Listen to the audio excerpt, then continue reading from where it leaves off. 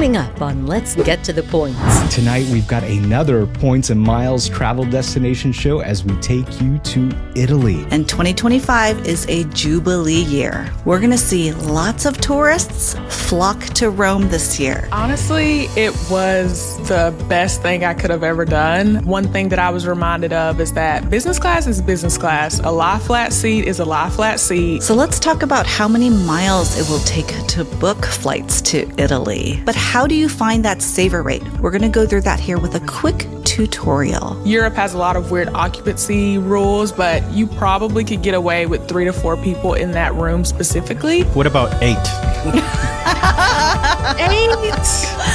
What I want to talk about is the food. Miguel, you left out one important cuisine, McDonald's. And now, let's get to the points.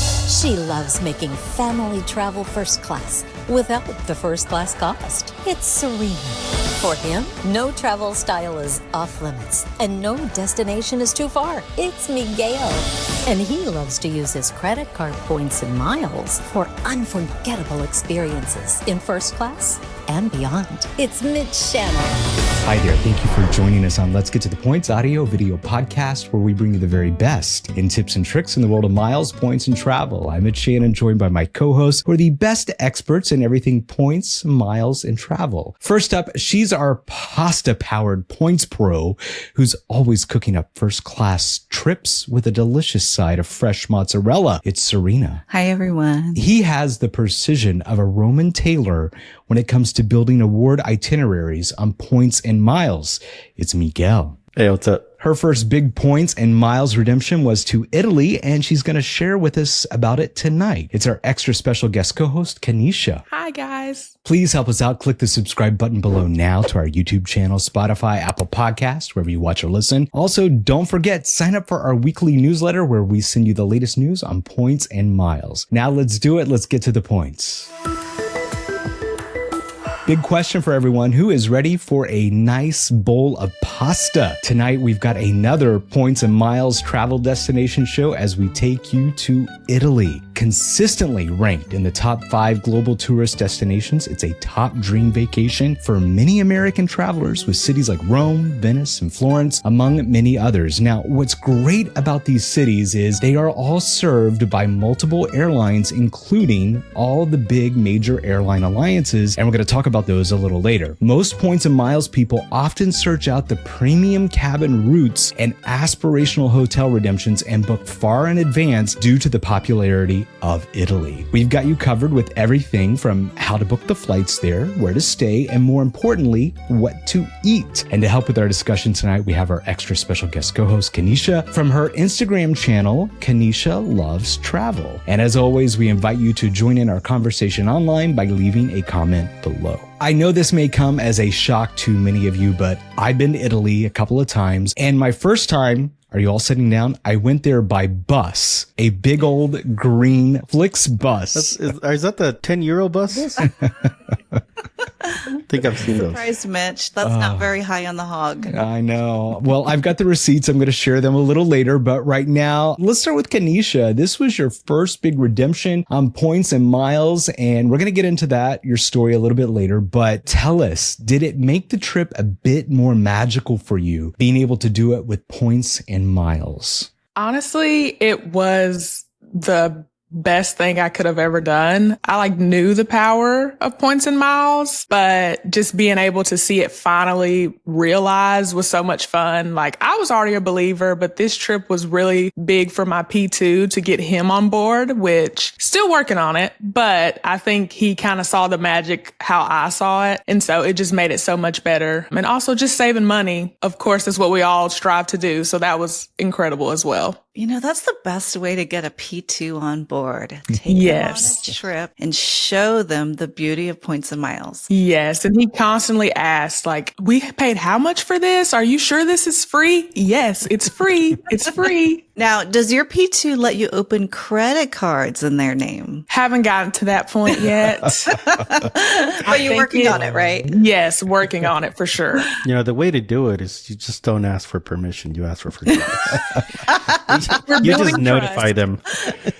We're still building trust. So I'm going to ease into it. And then it's just going to be like an attack in the night once I finally get on it. That's the way to do it. I know how you can expedite that, Kenesha. You can take a trip with him and make him sit next to the lavatory in the back of the plane. That's the best way to really change that scenario. Almost did that. He was booked in economy, but I so graciously worked hard and found business class for him. But I should have just let him learn the hard way. That's right. So 2025 is a very important year for Italy, for Rome especially. And we all know that Rome is the home of the Catholic Church. And 2025 is a Jubilee year or a holy year. This is something that is celebrated every 25 years. And we're going to see lots of tourists and pilgrims flock to Rome this year. So you're going to expect a lot of crowds, a lot of people. Another event happening is this winter, Milan is going to be the center of attention with the Winter Olympics. So with all these things happening in Italy, the best thing to do is plan in advance. And that's why we're here, to help you plan your trip to Italy. All right. So I didn't know this was Jubilee year because I'm supposed to be going there in like 3 months. Yeah, well, Miguel, that's why we're here. Maybe I should start booking my hotels. News to you. All right. I don't do much planning that far ahead like you do, Serena. So I'm learning about this as you're talking about it.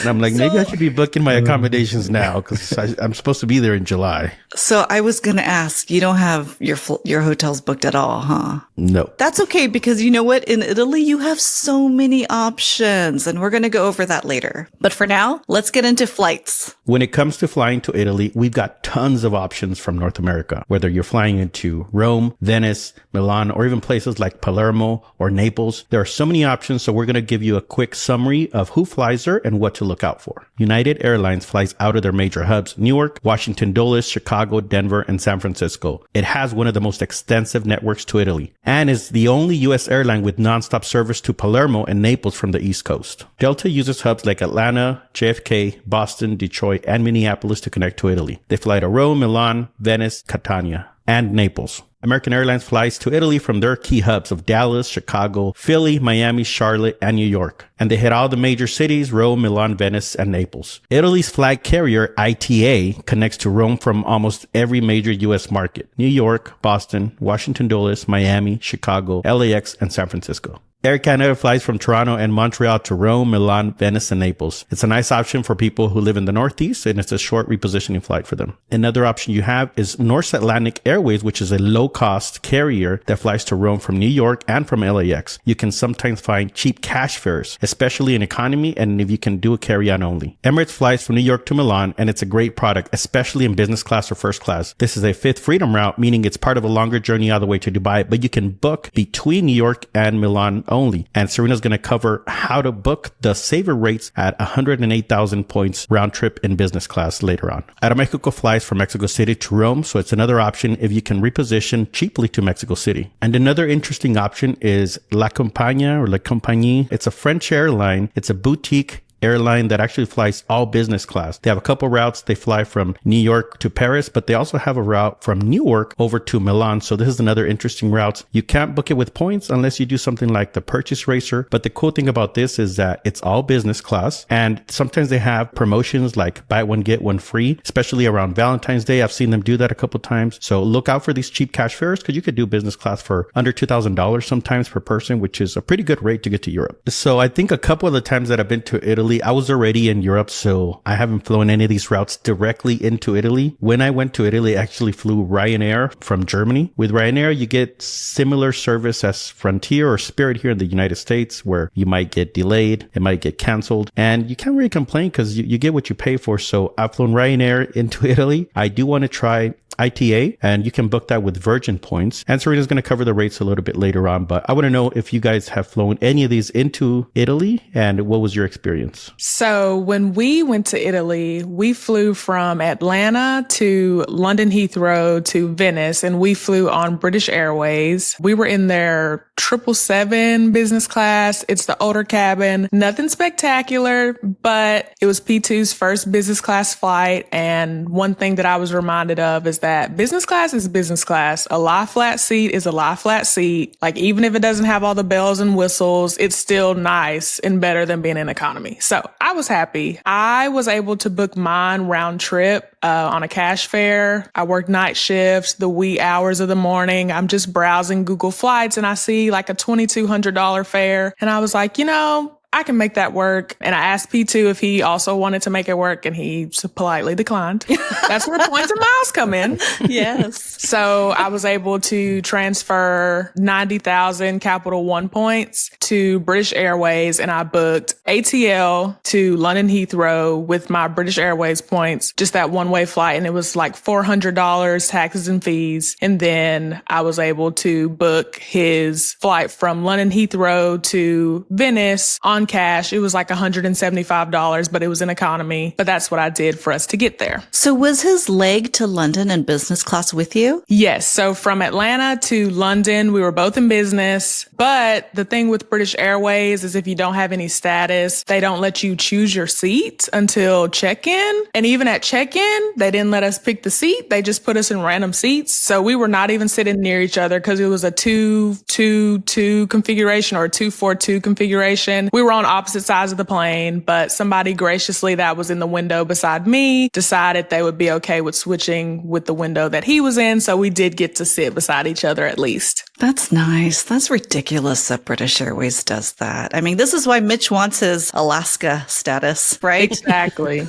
Which I learned after the fact. I had One World Ruby status because I'm American Airlines Gold. And so I could have picked my seat up to 7 days before departure, but I hadn't put my AA mileage number in when I booked the BA flight. So I didn't know that until after the fact. So could have saved myself some trouble, but it's okay. It all worked out. Do you remember how many miles you booked his flight for? So his flight one way just from ATL to London was 90,000 Capital One points transferred to British Airways. Before I even booked it, I checked all the partners. I was doing all the things I was supposed to. And as soon as I clicked submit, because British Airways had the best fare, I was like, you know what I forgot? Cathay Pacific. Yeah. And sure enough, when I went to Cathay Pacific's website, the same exact flight was 60,000 miles instead. So I could have saved 30,000 miles. You live and you learn. That was like my biggest lesson, was to make sure that I check every single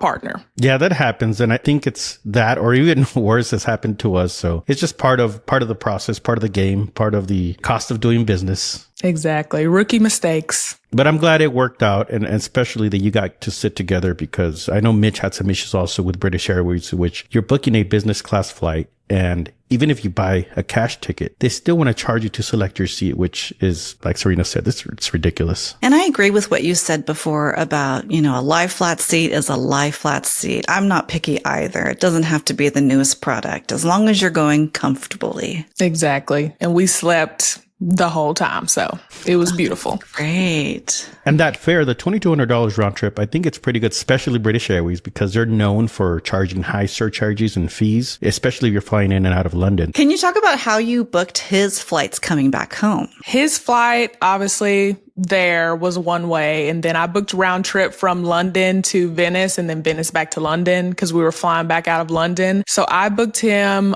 on British Airways again, London Heathrow to Atlanta, but there was no business class availability for the dates that I needed since I already had my flight. So he ended up getting booked in premium economy for 47,500 miles. And then a few days before, I noticed that I was able to upgrade with cash to business, paid way too much for it, but he said he didn't mind being separate, but he would have minded being separate. So I went ahead and paid for the upgrade, which was like $600, but it was my gift, even though my points were also the gift, but it was another gift. It's a lot of love you're giving this P2. Yes, you were generous. So he should be on board by now. Absolutely. Yes. And Yes. should be giving you his social security number. I'm going to show him this just so he knows. So this is how I booked him on the way back. It was also through British Airways, but I did the little trick that Miguel taught me and I used the BA Avios booster. So I had some miles in there that I kind of were letting sit and then I went ahead and boosted those. I think I did the 3X boost and was able to get enough miles for his premium economy flight back. Another testimony for the BA boost. If you want to learn more about the BA Avios booster, we have a short tutorial on it. Even though it's discussing a particular flight using Finnair, the same method works for any route that you can book with British Airways Avios. So check out the show notes. You can learn about the British Airways Avios booster. So when I was discussing the flights that fly into Italy, another option is to go with a connecting flight. Just like Kanisha flew British Airways through London, you could do other airlines like maybe Lufthansa through Munich or Frankfurt, Iberia through Madrid, KLM through Amsterdam, or other connecting flights. So the flights that I covered earlier are only the ones that fly directly in and out of Italy, but you have so many more options if you're willing to do a connecting flight within Europe. So the last time I was in Italy was over 20 years ago. And I remember because it was when the Angels and Demons book came out. Do you guys know this book or have you watched the movie? What movie? Yeah. Is that what it's called? No idea. No, you've never heard of this book by Dan Brown, Angels and Demons? Tom Hanks was in this movie. Oh, but the Da Vinci Code? Oh, okay. I know the movie. Dan Brown also wrote Da Vinci Code. The movie's always better. Wait a minute. Is it Da Vinci Code or Angels and Demons? Dan Brown, the author, also wrote a book called Angels and Demons, and that was based in Rome. So that book was out when I was there. And I remember because my friend was reading at the same time. So it was a long time ago. I might get some comments on what I just said because, there's people that say the book is always better. But if your team, movies are always better than books, let me know that you're on my team. If you think books are better, don't let us know. Okay, so it was a long time ago for me. And remember when I talked about being on a bus tour in Italy? It was that trip. So this was my bus tour Italy trip with my friends. And the way I flew to Italy is I flew on Lufthansa from San Francisco to Munich to Rome. And I booked that using United miles. And back then, round trip and economy was only 50,000 United miles. Wow. Long time ago. Yeah, that's really cheap.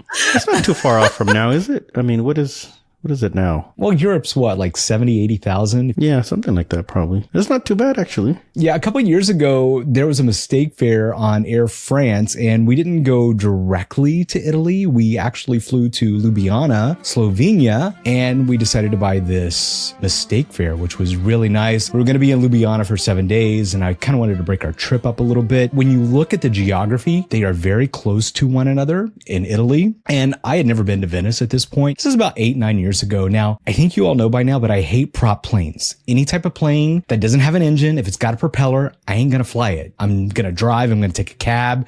Or in this case, I took a bus. There is Flixbus. It's pretty popular in this area of Europe. And I found us tickets, 30 euros one way from Ljubljana to Venice. Now, this was just crazy because we've never really done a bus like this before. And I'm going to be honest, it wasn't that bad because the view was actually pretty beautiful. We saw some great coastline of Italy and it was only 3.5 hours-ish, the bus ride. So I don't know if I do this again. I'd probably rent a car or charter some type of transportation. But if you're looking for a cheap way to kind of get around that area of Europe, look at those Flixbuses because it's 30 euro. That ain't bad at all. I actually took the Flixbus when I was in Austria, which is like southern Leoben was the area. And I went to Salzburg on the Flixbus and it was like $9 for like a 3-hour bus ride. Wow. And I think I did it there and back. So it might have been like $9 round trip. So like 6 hours. It wasn't bad. I agree. It wasn't bad. $9 round trip? What a deal. What I'm getting is, since I haven't planned my Italy trip and it's Jubilee, I might have to take the Flixbus this summer. Well, here's the thing, Miguel. The seats aren't assigned, so it's first come, first serve. So you want to make sure you get on that Flixbus at like one of the first locations because you want to jump on there and get one of those good seats because you want to be ready for that. Yeah, I had a seatmate that was not very friendly for half of the ride. So Okay, Mitch, how did you leave Italy to come home? So to leave Italy, we took the Flixbus bus back from Venice all the way back to Ljubljana because it was this round trip on Air France. It wasn't that bad. It was at night, but here's the thing. So the bus left, it was about 11 o'clock at night. We got back into Ljubljana at 2 a.m. We slept at the Ljubljana airport from 2 a.m. till 7 a.m. and waited for our flight the next day. Kind of saved on a hotel fee. You slept at the airport? Yeah, we were the only two in the lobby too. I will never forget that. It was a pretty small airport too. So check out Ljubljana. It was beautiful. I would go there again. So let's talk about how many miles it will take to book flights to Italy. Let's first cover nonstop flights from the US to Italy. On United, from the West Coast, rates start at 80,000 miles if you use United miles and 90,000 miles if you use Air Canada miles. United flights from the East Coast will start at 80,000 United miles and 80,000 Air Canada miles. Remember, ANA's Mileage Club will soon allow one-way award bookings, so you might be able to find award deals on United flights using ANA miles in the future. For American Airlines, AA flights from the East Coast start at 55,000 Alaska miles or 62,000 AA miles. Delta One flights from the East Coast will cost 58,000 Virgin miles, but $1,000 in taxes. So watch out for that. On ITA Airways, you can use Virgin points and that will cost between 75,000 miles and 100,000 miles. Recently, ITA Airways moved from SkyTeam to Star Alliance, so you might be able to redeem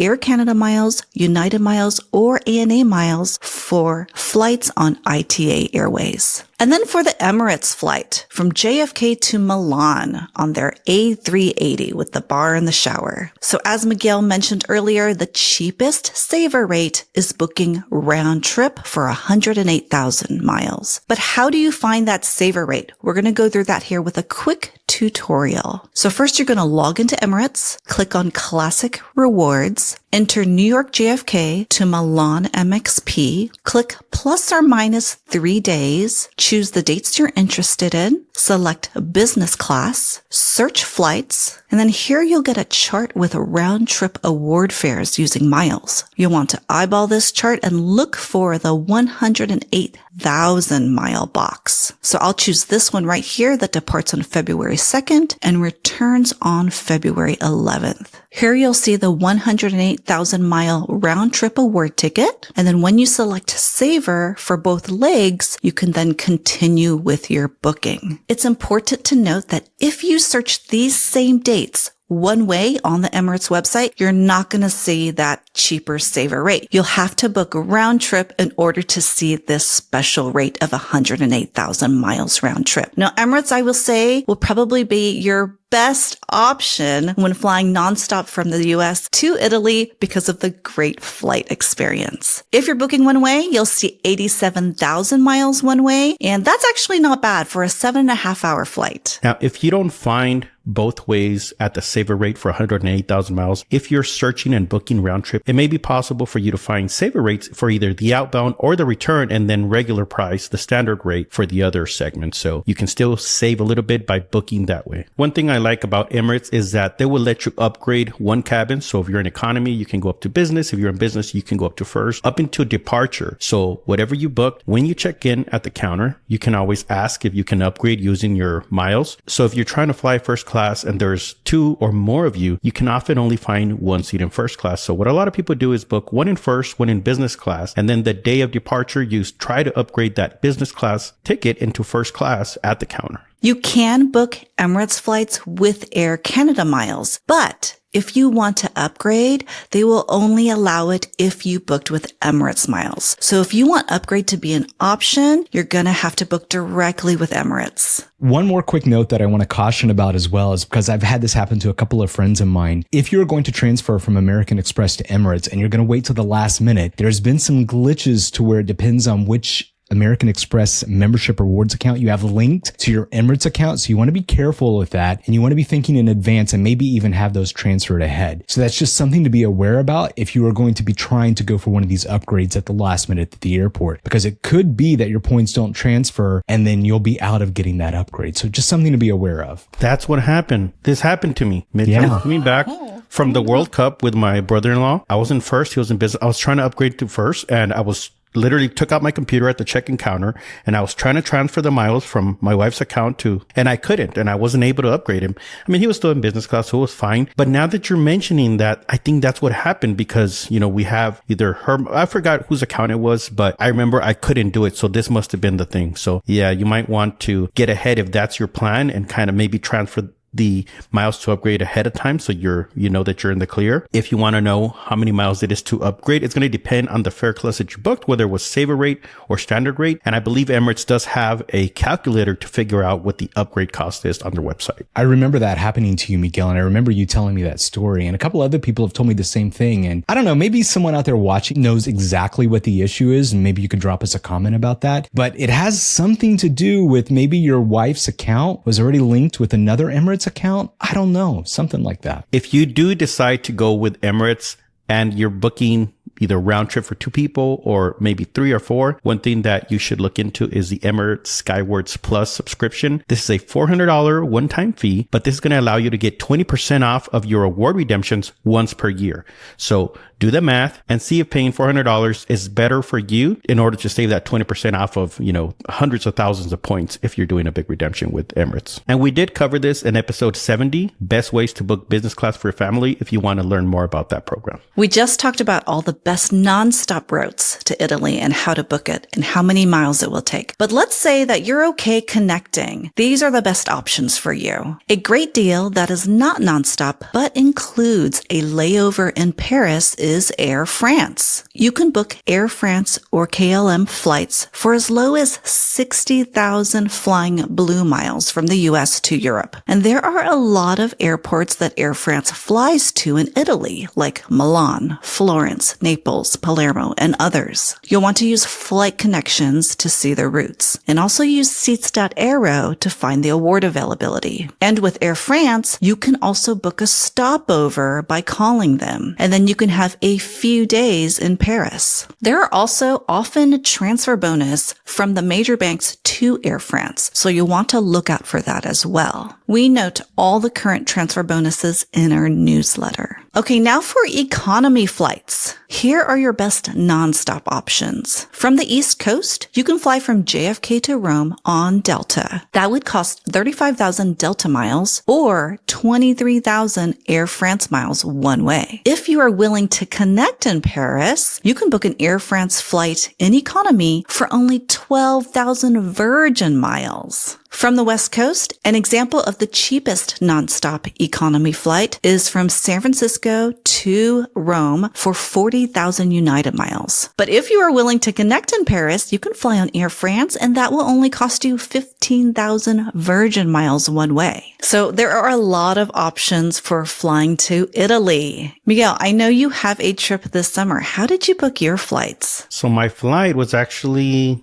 a really good sale. Some might call it a mistake fare, but it's still standing after a week. So I think it was just a really good sale. I think it's called Discover Airlines, which is owned by Lufthansa. They fly Lufthansa planes. And my deal was actually from Philly through Frankfurt to Prague. And that was $865 round trip in business class. So I think it was a great deal. Even though I'm not meaning to go to Prague, we want to go to Italy. It'll be cheap. I might have to take that Flixbus from Prague down to Italy.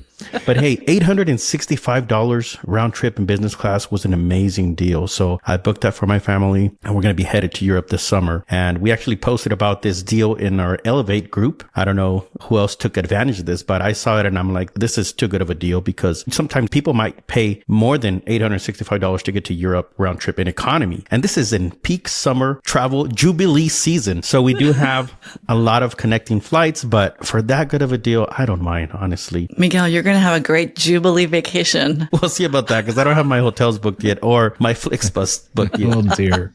And there's 8 of us going, so we'll have to be the first ones to get on that Flixbus if we want to all be on the same bus. Yeah, these really cheap mistake fares, like the ones that you booked, are great when you're booking for large families. If you don't want to miss the next mistake fare or really good deal, join our Elevate group. It is now open. Check the show notes so you can learn how to join our Elevate online community. Welcome to our online community, Elevate. Here's everything you can look forward to when you join. First, you'll unlock access to our video classroom with over 4 hours of videos led by us. These are designed to help you level up your strategy, from earning points to getting business credit cards and even how to redeem for maximum value. We cover it all. We'll even walk you through real-life examples of how we've used points and miles ourselves. You'll learn our top tips, tricks, and strategies for using credit card rewards to travel for free. Whether that's flights, hotel stays, or luxury upgrades, we show you exactly how to choose the right cards, time your applications, and take advantage of the best offers available. You'll also get downloadable resources like templates, cheat sheets, and guides, covering everything from earning elite status to navigating flight redemptions and more. Our best feature is our private community chat. This is where the best daily deals are shared, including mistake fares, flash promos, and hidden opportunities. You'll learn from us and other members our wins and mistakes and stay ahead of what's working right now in the Points of Miles world. And finally, each month we host our exclusive Elevate Masterclass. This is a live session where our community comes together to share updates, data points, and the latest strategies we're all working on. We're excited to welcome you to Elevate, Your next level journey in points and miles. And it all starts right here.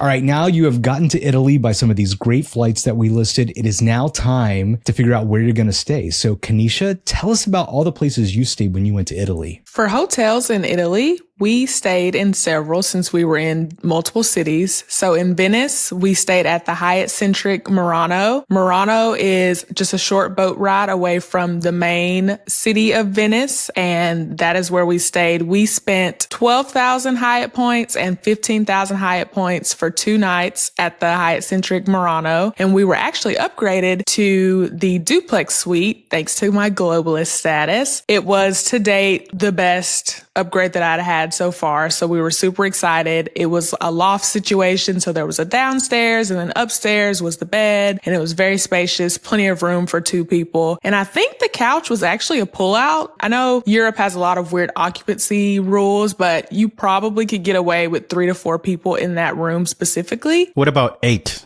8? That might be pushing it. I don't think they would let that fly because the front desk was pretty on their P's and Q's. So I don't know if that would work. And then we stayed in some boutique hotels while we were in the Dolomites in the mountains of Italy. And one of them was like on a family farm, and they were so nice and generous. Barely spoke any English, so that was a bit difficult at first. But once we got settled, they offered to bring us fresh milk from their cows, and they gave us eggs and jam. We didn't use any of it, but it was a sweet gesture. And then we stayed at this very nice spa hotel. Seemed like a very romantic couples getaway. They had spas, they had like a salt bath, a lava room, hot tubs. The pool was heated, which was very nice because we were there at the beginning of May. It was still pretty chilly outside. There was ice and snow on the mountains, but the pool was very warm. So we enjoyed that as well. And then when we went to Rome, we stayed 1 night at the JDV, the Tribune Hotel. It's a Hyatt hotel as well. We spent 18,000 Hyatt points there. Our upgrade was from a king to a deluxe king. How much of a difference that was, I'm not sure, but it was nice. It was pretty small, but it was a nice room to be in, and breakfast and everything was included. The mini bar was included. There was a small balcony where you could look out and kind of see a little bit of Rome. So that was also very nice. And then when we were in the Amalfi Coast, we actually stayed in Maori, which is about an hour from Positano. I decided on that town just because it was outside of the hustle and bustle. There's a lot of day groups and trips that go to Positano. So we stayed in Maori, and it still had plenty of food options, and it was still very beautiful. We stayed right on the water. Our hotel was carved out of the mountain, and it was just beautiful. We had a nice balcony. There was this lighthouse that was also a venue. One night we were there was a wedding, so we got to hear music, and there was a fireworks show. So I think that was my favorite hotel of the entire trip. And it was called Hotel Club du Torre. And it was very, very nice. So Kanisha, I care about the Tribune because I booked that for the summer for myself. And I heard you say the minibar is included. Yes. Can you talk more about this? Yes. So they did give us a welcome amenity. It had wine in it, but also the minibar had several wines, and there was like a soft drink and juices, and then there was a bag of chips and some other nut snacks and like macaroons. So it was pretty good. That was all included. Yes, it was all included thanks to globalist status. If you're not globalist, I think they kind of aren't as generous. Nice. That's very Andazzy. Because Andaz includes stuff in the refrigerator as well. And then how did you book your other hotels, the ones in the Dolomites and the Amalfi Coast? So both of those we actually paid cash for, and I booked those through booking.com. I just did a Google search. What are good places to stay? Because there aren't a lot of points options. I don't know if there are any points options for the Dolomites. Correct me if I'm wrong. And there are only a few that are in the Amalfi Coast, and they're in those bigger towns like Sorrento and Positano. And I think those are all Hilton properties, and I hadn't really jumped into Hilton at that point. So we just paid cash through booking.com. And the Dolomites, the farm was okay. It was a bit expensive to be a farm, but it still was nice. It got the job done. We only were there for one night. But like I said, the Amalfi Coast was incredible. I think that was our favorite hotel of the entire trip. And it definitely cost to be the favorite, but it was well worth it to me. So I have some questions because I also like to use booking.com when I'm not using points. Now, what filters do you use when you're searching for hotels? Because I have certain criteria that I put for my filters on booking.com. So what are your criteria? So I'm very much review and picture based. So like the stars, 5 stars should mean something over 1 star. But honestly, sometimes you might find a really good 1-star hotel. So I was looking for good pictures, good reviews, refundable, cancelable, just in case. And I kind of just went from there, and I just scrolled and found pretty things and filtered it to the area that I wanted to be in, and it worked out. I'll tell you mine. It's not that crazy, but I always do the reviews need to be 8.0 or above. I do free cancellation as well. And then I do air conditioner. Yes. Don't forget air conditioning. And you have to book through a portal too, right? You know, I dropped the ball on that one. I go through my app, but I have status with booking.com. Oh, wow, Miguel. Let me see what I am. Does that status get you the minibar that Kanisha was talking about? No, but sometimes you get really good discounts. So I have Genius Level 3, whatever that means, on booking.com. You're at the highest Genius level. I think I had some Genius level status too, but it was only like a 5% discount. Oh, okay. Take that, globalist. Okay, so if you're booking with booking.com, if you book through a portal, would they still honor your Genius status? They would, right? Yeah, but you know what? Sometimes there's mobile only deals. So I would compare the desktop versus your mobile, because sometimes it's a mobile only deal, and that's what I've found. So I like to mostly book on my phone anyway, because sometimes you get those better deals. So when we went to Venice several years ago, we stayed at this, I think you say at the Boscalo. It used to be part of the Marriott Autograph Collection, but they left that many years ago. I think it's an independent property now. And all I really kept remembering was they kept pushing their free tour of the Murano glass factory on us. And we ended up taking this tour. And like a sucker, I ended up paying €250 for this glass dish. Oh, you have it still. Yeah. And if you look close, it's still got the sticker. Here's the funny thing. We've dropped this thing about 3 times and it hasn't broke yet. So maybe it was good, but I look at this and I think, wow, I wasted €250. Wow. Because that stupid tour they made us take to the glass factory. But, you know, overall, it's Venice and it was a fun time. So that's the only hotel that we stayed at. But it was a nice hotel. It's independent. You may find it on booking.com. Who knows? But I would stay there again. Okay, so I've been to Italy a few times, and I've stayed all the way from the low-end choice hotels to the St. Regis in Rome. So I'll give you those two end of the spectrum in my experience. In Rome, one time I stayed at the Hotel Principessa Isabella, and that's just like 1 or 2 blocks away from the Tribune that you stayed at, Kanisha, and the one you're staying at, Serena. It was a pretty good location, and I think it was like 10 or 15,000 points. Now it's up to 20,000 choice points. But if you have City or Wells Fargo points that you can transfer over to choice, that transfer at a 1-to-2 ratio, you can book that for only 10,000 points, which I think is a great deal, because you can book a room with 3 beds for 3 people for 10,000 points, and the equivalent cash rate is 400 euros or more in the summer. So I think it's a pretty good deal. It's not fancy at all. It does come with free breakfast. I mean, the location is just down the street from the Tribune, so I think it's pretty good. Now, for the St. Regis Rome, I stayed there once and I used the 85,000 free night certificate from Marriott. I think it's a lot higher now, but back then I booked it for one night. I used the nightly upgrade award and actually cleared a couple of days prior to my stay. So I was upgraded into the St. Regis suite, which was going for 2,400 euro per night. So it was a pretty nice hotel. They actually filmed part of a show for Jack Ryan, Amazon Prime series. One of the episodes in there, I was like, oh, I recognize I've been there. So it's a really nice hotel, pretty close to the Termini train station. That's where I've stayed at. But the couple other times I've been there, I've actually stayed at Airbnbs because of the occupancy limits. And if you're going with a family, Airbnb is probably going to be the way to go. One thing that I'm really looking forward to on my next trip to Italy is that I want to stay at an agriturismo. If you don't know what that is, it's basically a farm stay. So it might be similar to where you stayed at, Kanisha. You actually stay on a working farm. It's good to just disconnect, get away from the city and all the chaos and just relax. Tuscany feels like the perfect place for that. You got the rolling hills, vineyards everywhere, olive trees. It just looks amazing. And I low-key want to recreate the scene from Gladiator. I'm thinking just 2 or 3 days, just get away from all the noise and all the crowds. And honestly, I'm just excited for the food. A lot of these agriturismos serve meals made from ingredients straight from their own farm. Fresh olive oil, vegetables, homemade pastas, maybe some wine they made on the property. It doesn't get better than that. So that is what I'm most looking forward to on this trip because I've been wanting to do this for years now. So I think I'm finally going to get to do it. My wife wants to do it because of, what is it, Under the Tuscan Sun or one of these movies where, it just looks amazing. I want to do it for Gladiator. She wants to do it for a different movie, but Tuscany, rural Tuscany, a few days. And, we plan to get one with a pool so the kids can just be in the pool, lounge in the pool all day and just kind of be on our own out there. That is, I cannot wait for that. Anyone want to do it for Angels and Demons? The book or the movie?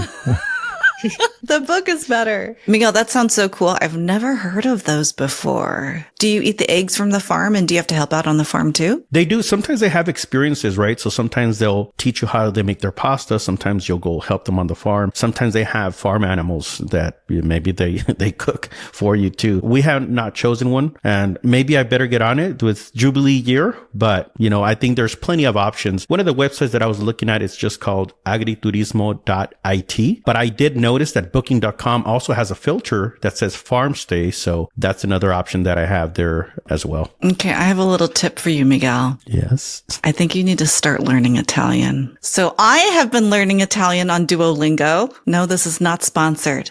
And I have a 105-day streak. Wow. I do like 5 minutes every day and I'm doing it with my daughter. So, and she chose Italian so that we're going to say grazie mille when we go there. La bambina mangia. I attempted to learn Italian, but it didn't go very well. It's confusing me because it's very similar to Spanish. And so I get mixed up too. Miguel, I am looking forward to you staying at this farm. And you need to get going on booking this stuff because you've got just a few months before you go. And it's a Jubilee year, Fortunately, there are so many points properties. I am going to run through a list of them. And depending on what cities you go, maybe you'll get some inspiration. Starting with Rome. With Hyatt points, you can book the Tribune like I did. Right now, that's going for 25,000 points per night. The Thompson Rome is opening in March of next year and is also going to be for 25,000 points per night. There is also a new Hyatt Regency in Rome that will be 15,000 points per night and is supposed to open November of this year. For Marriott, you can book the St. Regis, and that starts at 90,000 points per night. And then the W Rome is 60,000 points per night. For Hilton, there's the Waldorf Astoria Rome Cavalieri, and that goes for 85,000 Hilton points. And then there are multiple SLH properties, including one that I actually really wanted to book. It's called the Palazzo Manfredi, and it's got views of the Colosseum from your room. And that is 120,000 Hilton points per night. And then a very popular Hilton option is the LF, and that's a Curio Collection hotel, and that's for 100,000 points per night. You can use IHG points at the Hotel Indigo, starting at 60,000 points. And then there's also an Intercontinental at 80,000 points. And then, of course, there's your choice properties, and you can use that at the property that Miguel stayed at for 20,000 points. There's also a comfort hotel for 20,000 points and a quality hotel for as little as 12,000 points. In Florence, a very popular hotel is Il Tornabuoni, and it is an unbound collection hotel, and you can book that for 40,000 Hyatt points. In Milan, you have the Hyatt Centric for 20,000 points and the Park Hyatt for 40,000 Hyatt points. In Venice, the Hyatt Centric Murano, where Kanisha stayed, is 15,000 points. I actually can't believe this is still 15,000 points. I think it's going to move up soon because I feel like it's such a great deal. There's also the JW Merit for 60,000 points, and there's a choice property for only 20,000 points. In the Lake Como area, a very popular SLH property you can book is the Grand Hotel Victoria, which is 140,000 Hilton points. You'll find Hilton and Marriott properties all over Italy, and they start as little as 20,000 points and up. There are also Wyndham options in Naples and Florence for as little as 15,000 points per night. So as Kanisha mentioned earlier,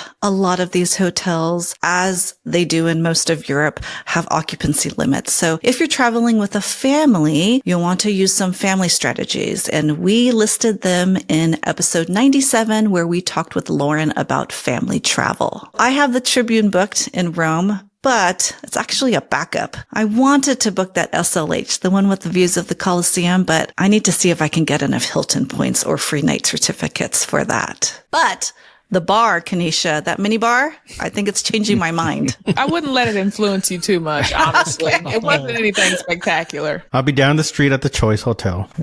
So in Rome, I really want to stay at the SLH property, the Palazzo Manfredi, because of those Colosseum views. But there is no award availability for one of the nights that I'm going to be there. So what I've done is I've set an alert on MaxMyPoint, which is my favorite website for setting hotel award availability alerts. And if I get an alert for the night that I need, I might book this and then cancel my Tribune stay. So Italy is a huge country, and a lot of times when you want to go, there are many cities that you want to explore, but they're far away from each other. You've got trains, planes, and automobiles as options. Kanisha, how did you get around Italy? So we did a combination of trains, and we also drove. So before we went, we both got our international driver's permit. We went to AAA, had a passport photo done, knocked out the application, paid $20.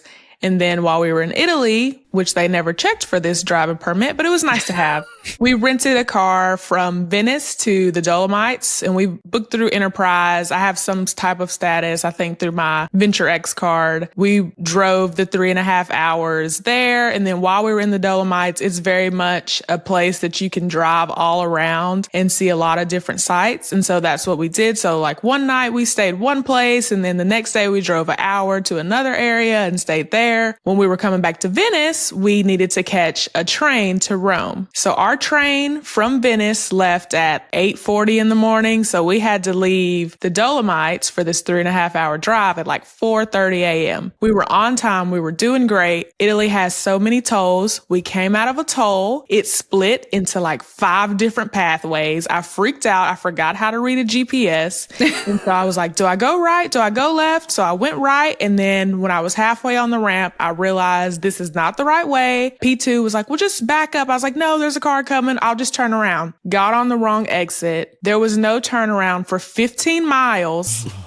So that put us 40 minutes behind. And so it said we were going to get to Rome to catch our 8:40 train at 8:52. I may or may not have put my foot to the floor, and we drove really fast through Italy. Thankfully, we made it. We shaved off like 30 minutes, made it with plenty of time to spare. We get to the train station and our train is delayed for 35 minutes. So I did all of this life risking for nothing, but we made it. And then while we were on the train, I had bought tickets in advance with Italia Rail, got on the train. There was a couple sitting there. We asked them like, hey, this is our spot. Do you mind getting up? The man cursed us in Italian. I'm 100% sure. The woman, she acted like she didn't understand. She just kept saying she was disabled. So I was like, whatever, we'll sit somewhere else. So we sat in some empty seats. Within 5 minutes, the train attendant comes and she's like, you're not in paid for seats. Where are you supposed to be sitting? And I was like, well, they're in our seats. We told them to move. She's like, oh no. So she marched us back there and she told that woman and that man they had to get up, and they argued and argued. She said, please stand up, please stand up, please stand up. And then turns out the people were on the wrong train anyway. So she's like, you guys are going to get off at the next station and you're going to let these people sit in their seat. So we sat in our seat and we took a nap and had a good time. So they were not the real Slim Shady. No. That's quitting, yeah. Same thing. Okay, so Kanisha, do you recommend buying your train tickets in advance? Because I will have to take a train from Rome to Milan. I would say so, just so you don't have to worry about that extra factor when you're already trying to figure things out. Because when we finally made it to the train station, we went to the platform it said that our train was at, and a train pulled up and we were like, oh, well, this isn't it. And then like 2 minutes before it pulled off, we were like, no, that is it. So we still almost missed it. If I had to buy our tickets when we got there on top of everything else that was happening, I probably would have freaked out. But it also would have been really nice to buy them when we get there in case we did miss the first one. We didn't have to worry because it was non-refundable. There was like a change fee. Depending on if you're going to be on time or not would determine if you needed to buy it in advance. Miguel, are you going to take the train or rent an 8-passenger van? For the agriturismo that we're planning, we'll have to rent a car because that's out in rural area. Even though I think some of them might offer a shuttle service. But as far as a train, I do think you have to get it in advance because trains over there are usually cheaper if you buy them in advance. And I'm not talking about a year or two in advance like you like to plan, Serena, but even a week is going to be cheaper than, the day of. It's also Jubilee. There's a lot of competition. Right. Kanisha, did you have any issues with a rental car returning it? Because I know some people have issues in Italy with rental car and how they maybe have extra fees or anything like that. We didn't have any issues, but I did make sure to take really thorough videos and pictures when we got the car. And then when we returned it, the guy just did a walk around and he was like, you're good to go. And I said, okie dokie. And then I didn't get any extra charges or anything to my account afterwards. So it went pretty smoothly. Because I rented a car in Venice once, and when I returned it, the rental car place was closed. So I had to just drop the keys in the after hours box. So I didn't do a walk around with anybody, and I ended up getting charged all these extra fees. It was over €1,000 that they charged me. What? And they were charging me by kilometer when my rental agreement was for unlimited mileage or kilometerage, whatever it's called in kilometers.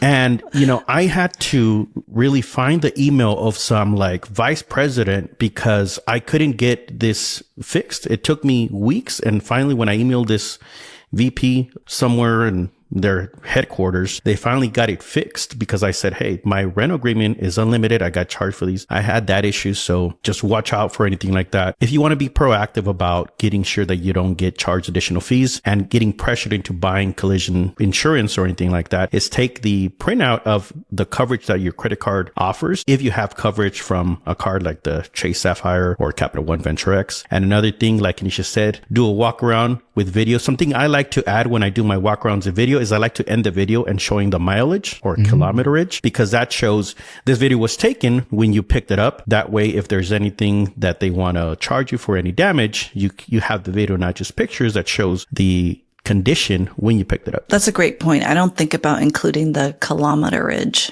in the video, but I need to start doing that. I mean, I don't know if it works. I haven't needed it so far, thankfully. You never know. But you never know. And I know digital files like a video or a photo would have timestamps if you would get to that point in court or something, but you don't want to get to that, right? So this is just a way that you could prove, hey, look at this video. This is the mileage when I picked it up. The damage was done or already there. That's actually really smart, Miguel. I never thought about that ending on the mileage because it's like right there, black and white. this is where we ended. It's kilometer ridge. Yeah.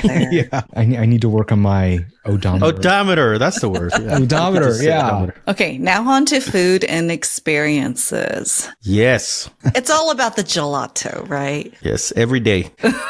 Every day is a requirement. Not all day, every day, but every day. Okay, so one thing that is important to note, especially during Jubilee year, is the Trevi Fountain. They're going to start, or maybe they've already started, a queuing system. They're only going to allow a maximum of 400 people during the day to see the Trevi Fountain. That means the best time to go might be at night after 9 o'clock when they don't have a system in place. Or just be one of the 400. But it seems like it's going to be crazy crowded. Yeah. And hot. Especially Jubilee. Especially Jubilee. One thing that I did before we went to Italy, they have these cameras like everywhere, like at all the major sites, like the Trevi Fountain and at the Colosseum and in the Dolomites. And so I would watch these cameras like here at home and see kind of what time of day it was, what the crowds were looking like. And so I used that to base when we would go visit those sites when we did go. That is smart. So when you were doing your reconnaissance on the Trevi Fountain, what did you feel was the best time to go? Like 2 a.m.? Nobody there. God, you guys are late. Not a person there. You guys are night owls. But even like super early in the morning, like 6 or 7, there's not really anybody there. But I think people have heard all of the tricks and tips from all the travel bloggers about going early, 8 o'clock, 9 o'clock. There's going to be a few people there, but we went in the middle of the day and it honestly wasn't terrible. Like people will move out of the way to let you take your picture and then people just kind of rotate through themselves. So I don't know what the queue is actually going to do. People know how to govern themselves. So when we were in the Dolomites, there were these beautiful hikes. And honestly, when we were in Italy, it was the beginning of May. So in the Dolomites, which is northern Italy, there was snow on the mountains, snow on the ground. And then down in Rome or the Amalfi Coast, it was like 80 degrees. So just imagine our carry-on bags and what we had packed in there. You did this carry-on only? Yes, we did carry-on only, Wow. a backpack, and then like a small roller. P2 did a duffel bag, but it worked out. And we washed halfway through, so that also made it a lot more manageable. Yeah, when we were hiking in the Dolomites in the snow and ice, we were very underdressed. We got to a certain point in the hike where we weren't even at where we wanted to see of the Tre Cime. It's like the 3 peaks. We weren't even close to seeing those, but it was just like a cliff and snow. And there were people with like the picks and hiking boots. And we were like, yeah, we're not equipped for that. We had on like a t-shirt and a hat and tennis shoes that were soaked because we had to cross a stream. But it still was a good experience. It was beautiful. Some of the best pictures I got were while we were in the Dolomites. It sounds very nice. Okay, so did anybody go on an Angels and Demons tour? No angels and demons. None of that. I swear you guys need to read this book, okay? Because it's really cool when you're reading it and then you see it and you're like, oh my gosh, I just read about that. Anyway. We did do a tour in Rome of the Colosseum with a guide. It was very, very informative. There's a difference between viewing a historical site and remembering what you learned in history class, which for me, I don't remember much. And then hearing somebody like describe and talk about things and viewpoints, especially when they're a native to the place that you're visiting, they have a different perspective about the things that happen. So it was really incredible. And then also just being on those tours, the guide like gets you into places and like passes all the other people in line. So that was a plus as well. It was funny because it was an English tour, but by English in Europe, they usually mean like British English. And so we had like the British flag on us and people were like, oh, are you from England? No, we just speak English. And this is what we were given. So Yeah, I thought about whether I should book a tour for the Colosseum. Yeah, that's a good point. I think it's worth it. I really enjoyed it and learned some new things that I probably didn't know before, or I probably was told and just forgot. So The tours that I've done in Italy, I've done the Vatican and I've done the Colosseum as well. I've done a self-guided tour at the Vatican where you get this headset and you just play the audio and go on your own. I've done groups. One benefit I have is that I'm bilingual. So one time when I didn't find any English tours, I just joined a Spanish tour. There are different languages. You can book these tours directly with the Vatican or directly with the Colosseum, but you're also going to find these on Viator or one of these third-party sites. One of the benefit of getting those, sometimes it'll say skip the line. I don't know how true some of those those are. So just be wary. Read the reviews. I wouldn't go with a tour operator that doesn't have reviews. But if you want to book it directly, you probably need to do that ahead of time, which means I need to start booking my tours already because I'm a couple months out. Those are the tours I've done. What I want to talk about is the food, but let's finish talking about these tours and activities so we can get to the food.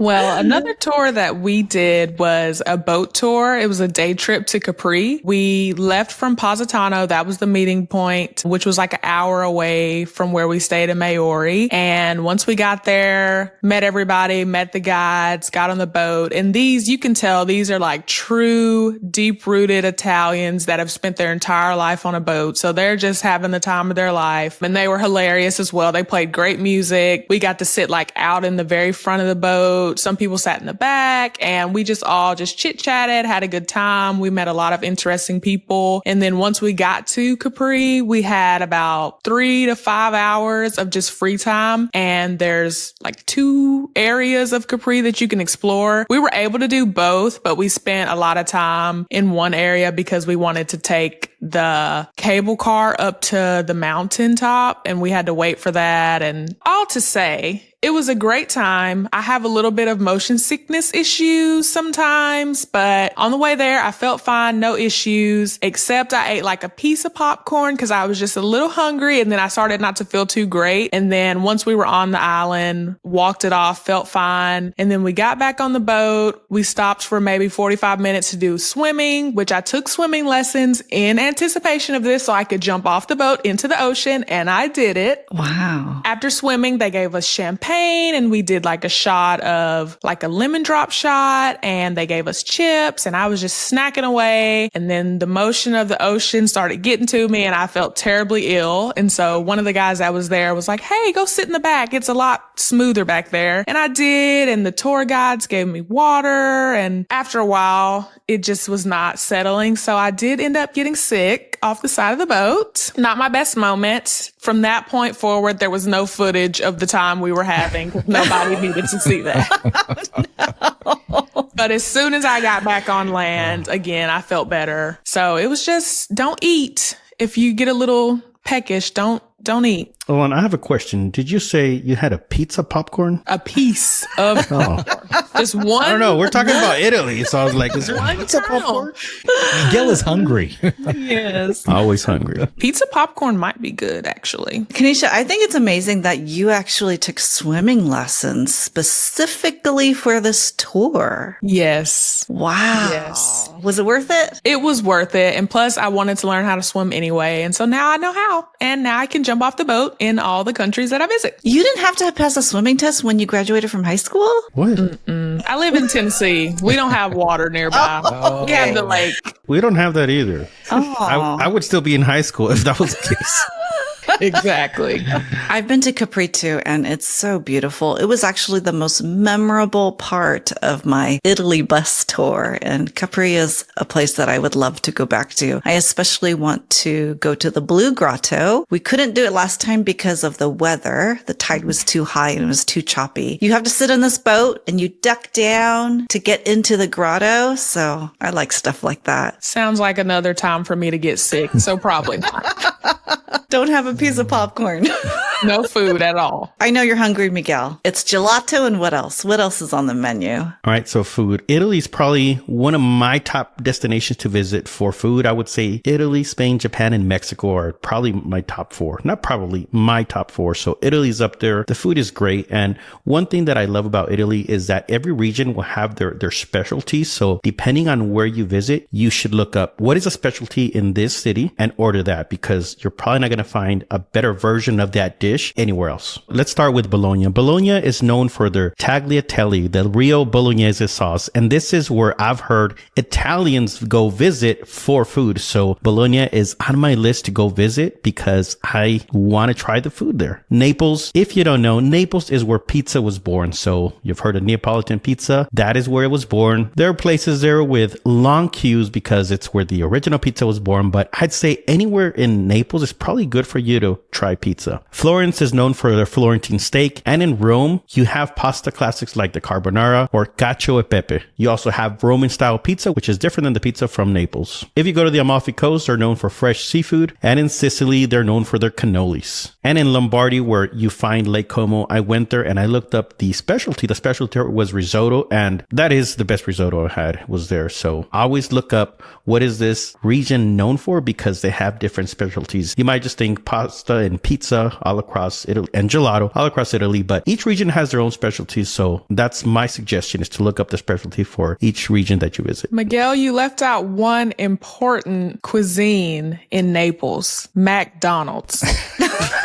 Oh, Did you go there? McDonald's. They had chicken wings, and then the Happy Meal came with a beach towel. No way. Full Beach size? towel? That's a I didn't toy? get the Happy Meal. And they also had a Hot Pocket. It was really, really good. Oh, I love Hot Pockets. Oh, wow. I do like to try McDonald's in different countries. I don't do it all the time, but I do like to try it because I like to see what different things they have. One of my favorites is actually Spain. They have patatas bravas, but we're not talking about Spain, so we'll save that for the Spain episode. By the way, let us know what destination you want us to cover in one of these destination guides. Let us know in the comments what destination we should cover next. Now, all that food sounds great, Miguel. I'm going to be sure to do that and maybe check out a McDonald's. Kanisha, one of your experiences was very interesting to me. You took a sleeper car. Can you tell us about that? Yes. So we did do an overnight sleeper train / car back to Venice from Rome. I think what made me do it was the cost. It was cheaper than flying, and we didn't want to drive in the middle of the night because we had to be back in Venice super early in the morning. So we booked this through Italia Rail or Trenitalia, one of the two. It was like a twin size bunk beds in a small room. You had a sink that like doubled as a mirror and a countertop space. And then there were shared bathrooms. Don't go in there. The floor was wet. I don't know what it was wet with. Could be urine, could be water. It smelled like urine. Definitely wouldn't recommend using the bathroom there. To sleep overnight, they gave you fresh sheets. They gave you water. They gave you snacks. And then in the morning, they gave you a small like croissant and something for breakfast. It was very loud. You could hear like the starting and the stopping of the train and the whooshing. And it wasn't my best sleep, but it was an experience that I'll never forget. Okay, you haven't sold me, so I guess I'm not doing that. Just do it for the plot. Nothing else. Just do it for the plot. Kanisha, I think you're onto something. I think you got to smell to know what it is. So the smell of urine, I think you were onto something there. I think you identified that correctly. So good job. I hear when there's something on the floor and it's liquid, it's not water. That's what I hear. I support that. All right. One quick thing before we wrap up. Can I share with you all my favorite thing about Venice? Yes. All right. So overall, Venice was nice. We enjoyed this city. Lots of great things to eat, see, and do. But it was so enjoyable for me to see all the tourists carrying their bags, struggling, fighting to get them over the bridges, refusing to hire people to pay the guys that will take it in your cart and carry it over the bridge. So I just got a little kick out of that, watching people be cheap trying to drag their bags over the bridge.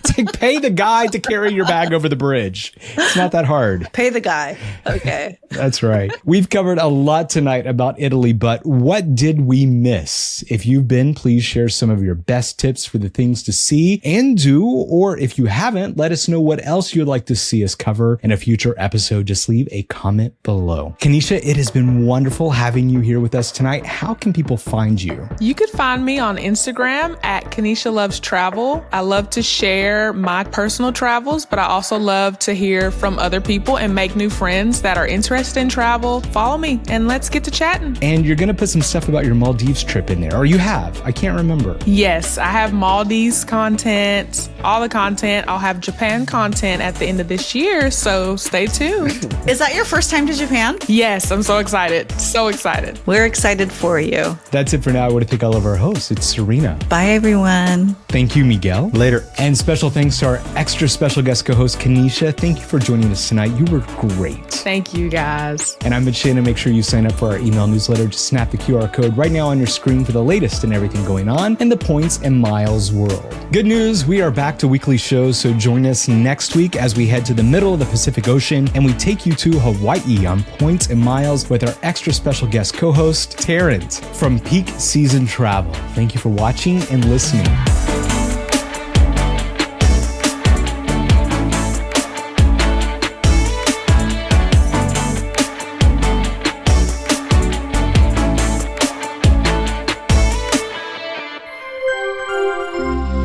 GetToThePoints.com.